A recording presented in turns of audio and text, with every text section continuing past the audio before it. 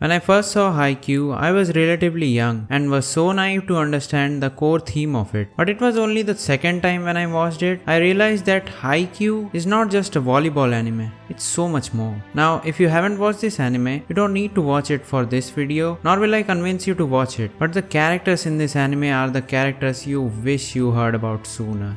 Alright, let's start with the protagonist of the series. Haikyu is a sports anime which follows the story of a high school teenager named Hinata Shoyo in his pursuit of becoming the greatest volleyball player like his ideal Lil Giant. Right from the beginning of the series, it is made very evident that in volleyball, a player with tall stature always has an upper hand on the individuals who do not have much height. But in the later episodes, we are hit with a saying from I don't remember who, but the quote is that volleyball is always gonna prefer a player with remarkable height and robust power, but the players who don't have those attributes got hunger to achieve greatness despite having limitations. This fits perfectly with our protagonist Hinata because despite being short and not very skilled, he has this tremendous amount of hunger to achieve greatness in volleyball. He just loves to be in the volleyball court. Now, I know it's very typical for a shonen anime protagonist to have all the limitations in the world and a colossal force of passion. But the way Hinata's story is told in Haikyu made me realize that passion is a fuel that can be lost and that can be gained, so it needs to be preserved.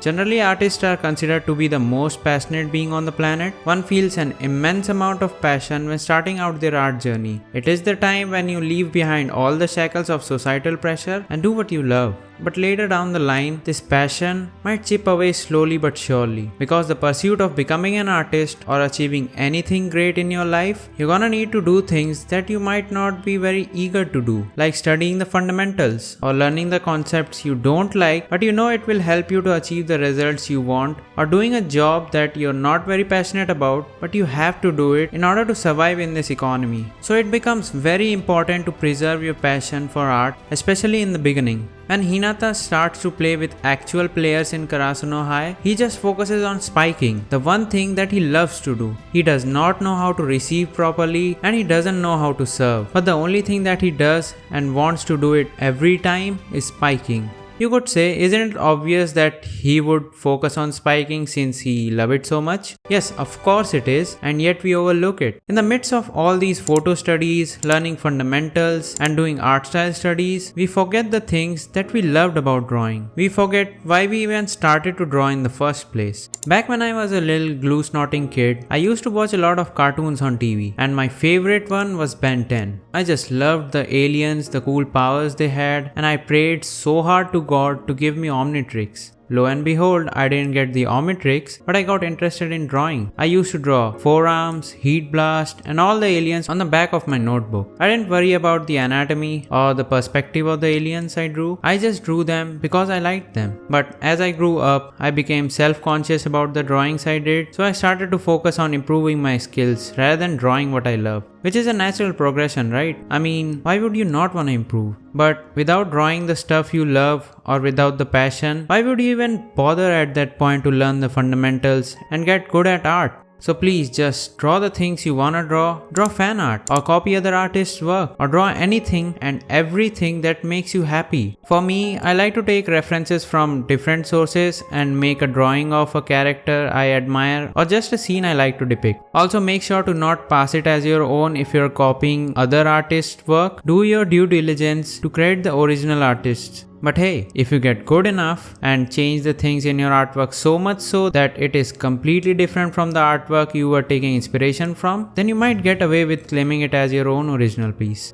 Eventually, by drawing the stuff you love and growing your passion for art in the process, the passion will become so much overwhelming that even learning the boring fundamentals will become acceptable and even enjoyable.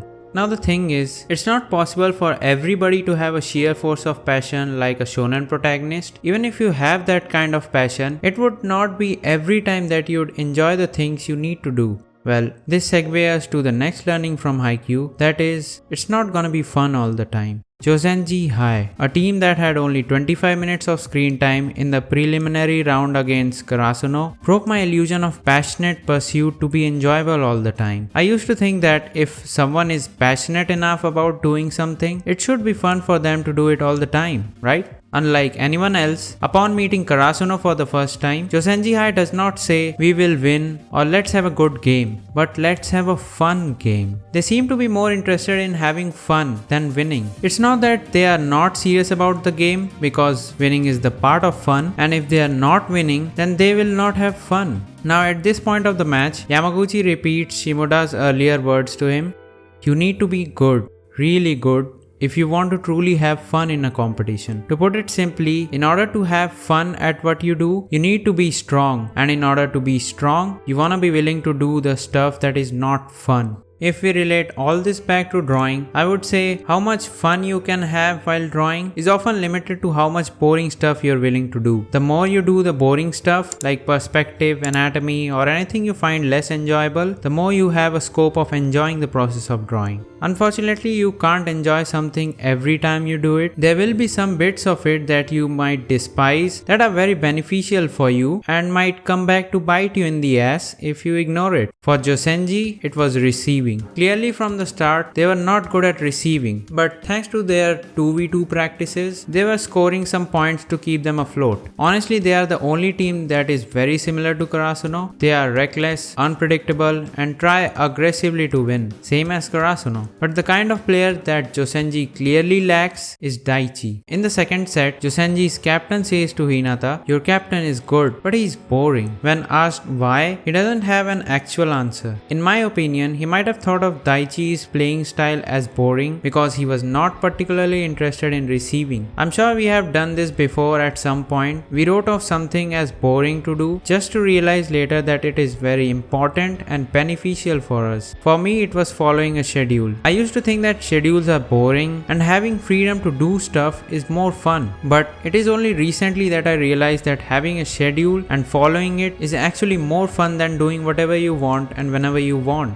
as you get more stuff done in a systematic way without letting your mood affect your work. Honestly, I still struggle to follow it sometimes, but it's better to have a schedule than having none. Now, the fact that Josenji sucked at receiving is because they were not simply interested in it is true, but the reverse is also true. They weren't interested in their receives because they weren't particularly good at it. I realized this a while back that the things that do not interest me are the things I'm not good at. For example, I don't like to draw hands as any other artist out there because I simply suck at it. So to use Hinata as an example, he wasn't particularly interested in receiving at first, but later in the Ball Boy arc, when he saw the benefits of a good receive, he started to practice it. And as soon as he saw some results and felt that he was improving at it, he got hooked. So much so that he was more excited to be a ball boy and receive the balls than to do spiking drills. So no matter what you do in life, there will be a time when the stuff you used to enjoy starts to become not enjoyable anymore. Be it drawing or playing a sport or anything. At times like this, instead of trying to have more fun, try to stick with the hard times and do the boring stuff until it becomes fun.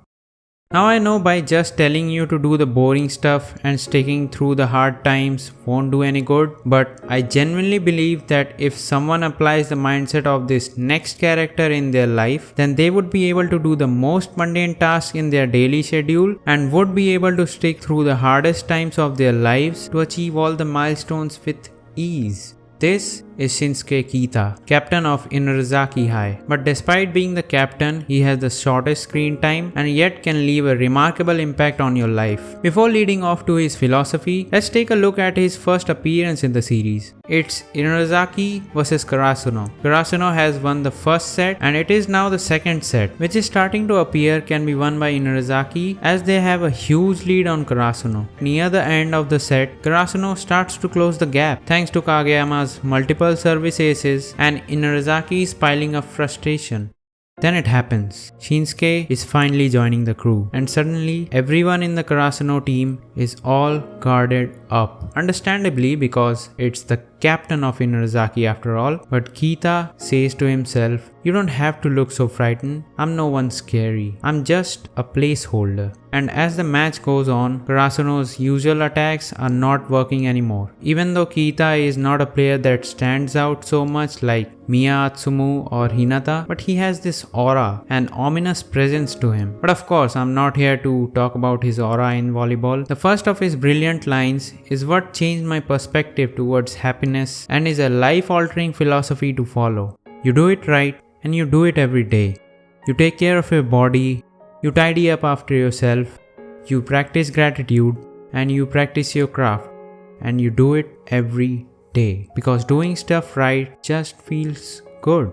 I know, a very simple yet profound thing to say that is quite hard to believe. But for a moment, consider all the time you had a deadline for a project, and after days of agony, procrastination and stress, you finally managed to sit your butt down and work on the project because the deadline is around the corner. What do you remember feeling when you started to make progress on that project? If I'm not wrong, you might have felt relieved. You might have asked yourself, why did I put it off this long? So you see, this is undeniable evidence that you do enjoy the things that are good for you. On the contrary, recall how you feel on the days when you scroll away hours on Instagram or TikTok and spend all day doing low value stuff. Days when you lack that flame within you, bored to death and feeling like you're so behind that it is pointless to even try. During these moments, how do you feel? If your answer is, I feel miserable, then congratulations, your moral compass is still working. But if your answer is any different than that, then I would say at least you might have felt a little anxious about your life, like you're wasting it away on things that are not much of value. Well, by the sounds of it, you genuinely do not enjoy spending your time this way, because doing the stuff that is bad for you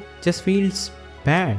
But even after knowing all this, why is it so unappealing to do what I should do before I do it? It is because you're playing a game of chicken with yourself. I know this video is getting longer, but bear with me because this question needs to be answered or else it all will seem half-baked. You see, a highly ambitious person like you is bound to be rebellious at some level. This means you don't like it when someone says, you should do this. So you tend to do the opposite of it. As a result, you avoid all the things you need to do. But the point is, the things that you should do is often the things that you want to do. You want to get good at what you do. You want to take care of your body. You want to make money. You want to live a better life because you know it will make you happy. So stop labeling tasks that you want to do with should and just do what you want to do. Now you might say, what if I want to scroll Instagram for 10 hours a day, huh? What about then? No, you don't, because you already went down that memory lane. It is not fun at the end of the day, but it feels like fun because of the compulsivity that has been built by society and advertisements around us. The big companies all around the world spend millions of dollars every day to make these things tempting on the surface, but these things make you feel worse after having done them. You see, these are the traps of compulsion, so you just need to distinguish between compulsion and your genuine desire. The moment you start to distinguish, you will begin to realize that you don't need motivation or willpower to do stuff that is good for you. You will see that it's nothing to do with motivation, it's simply to do with living life with clarity. Once you do what you want and it makes you feel happy, you'll see that all the tasks that are beneficial for you, which you deemed hard to do earlier, will start to seem easier to do. And the moment you start to finish those tasks one after another, you'll be much happier than ever and will be much better than ever.